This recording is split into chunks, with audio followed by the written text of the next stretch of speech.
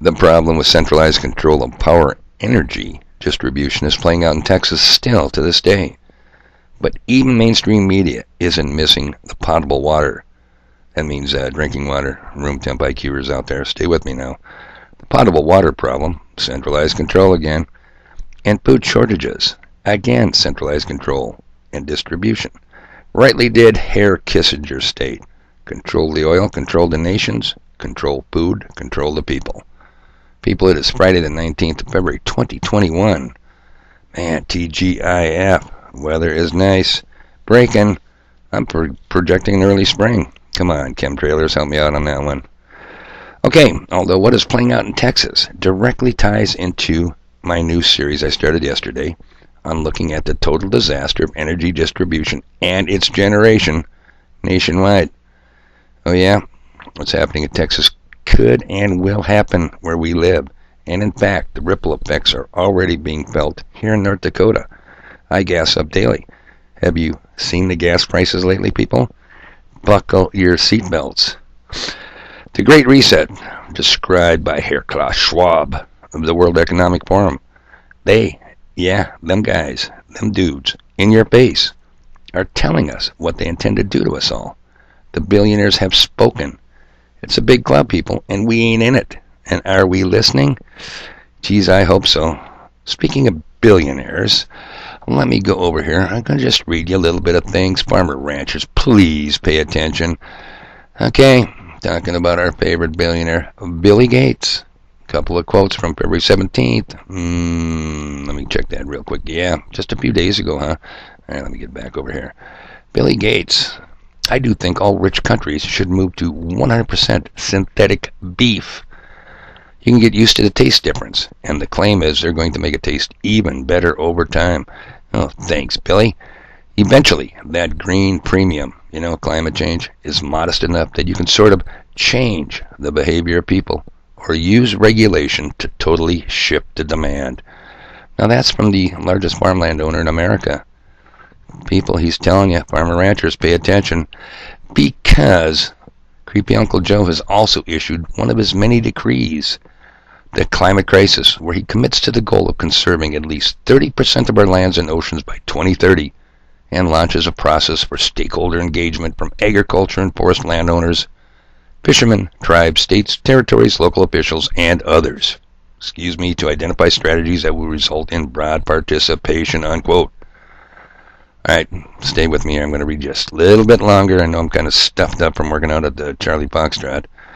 The order also calls for the establishment of a civilian climate corps initiative to put a new generation of Americans to work, conserving and restoring public lands and waters, increasing reforestation, increasing carbon sequestration in the agricultural sector, protecting biodiversity, improving access to recreation, and addressing the changing climate. Just about done here. The order directs the Secretary of Agriculture to collect input from farmers, ranchers, and other stakeholders on how to use federal programs to encourage adoption of climate-smart agricultural practices that produce verifiable carbon reductions and sequestrations and create new sources of income and jobs for rural Americans. Now, I'm getting this from the All News Pipeline, and they do a very good job of reading between the lines to sort out this double talk, double speak. Okay, remember that one particular quote, increasing carbon sequestration in the agricultural sector? In other words, farmers, ranchers, that's forcing you guys to make major changes to the food supply. How about this quote? Encourage adoption of climate-smart agricultural practices that produce verifiable carbon reductions and sequestration and create new sources of income and jobs for Americans. I just read it to you. Remember that one? In other words, forcing farmers and ranchers to find other work to survive on. Come on, man. I'm telling you, they put it right in front of you. When are you guys going to believe what they're telling you? Herr Klaus Schwab of the World Economic Forum. He would not lie to you. I think Hitler said the same thing. He just said it in German. More than once, people. I have told you over and over, prepare. Selfishly prepare. Take those soon-to-be useless paper and copper nickel slugs you call money. Use those bookkeeping entries in your checking accounts and buy while merchants still take this. Food, water purification, guns, ammo, generators converted to propane. Yeah, when there's no electricity, people, pretty hard to pump gas. Alternate heating sources, etc., etc., etc. Come on, make your own list. Buy stuff you need. Buy stuff that you eat. Buy stuff that you will use. Do it. Do it for you. Selfishly. There's nothing wrong with this. Failure to heed my warnings will make you just like the vast majority of Texans today. Vast majority of them totally dependent on government. And how's that working out for them? I think it sucks. All right, people.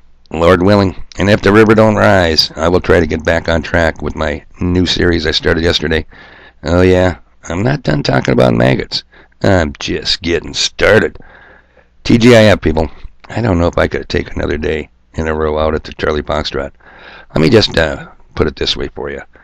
I have never seen a village idiot try so hard to destroy a Bible business and piss so many people off, including your humble, ever-flexible, most blued messenger. Enough said on that subject. Finally, I'm going to leave a link to a short video, and I mean short. This thing's under 5 minutes. A little bit of good humor for you space fans out there, those who watch the Mars thing in the news. Learn from history, people. Like I said, good humor.